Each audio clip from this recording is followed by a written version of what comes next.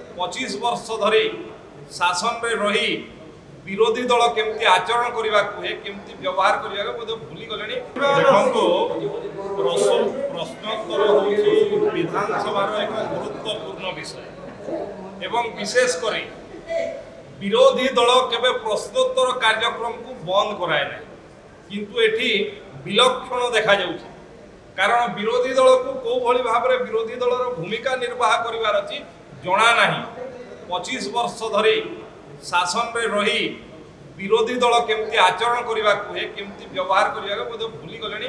मु आगु गृह भितर कहूँ पुणी थे कहूँ टे ट्यूशन हो जातु विरोधी दलर भूमिका केमती रहा एवं ये प्रश्नोत्तर कार्यक्रम रे बोधे आशंका करुछंती 25 वर्ष शासन कला कारनामार चिठा खोली अनेक चिठा भी प्रश्नोत्तर माध्यम खोलुची से भय प्रश्नोत्तर कार्यक्रम को बंद करुछंती एवं विधायक मानकर समस्त विधायक शासक दलर विरोधी दलर समस्त विधायक अधिकार को हनन करुछंती। ये अत्यंत दुर्भाग्यजनक कथा।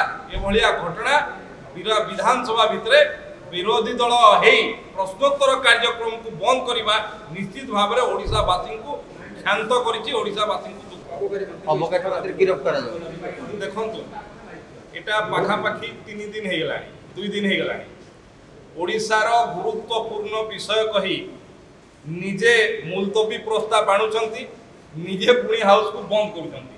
तेणु ओडिशार प्रसंग गुड़िक उपरे ओडिशांकर लोकस्वार्थ प्रसंग उपरे माने केते सीरियस केते गुरुत्व ताहा जणा पड़े। तेणु सी प्रथमे आलोचना को आसंतु विधानसभा रे सरकार सबु कथा आलोचना प्रस्तुत।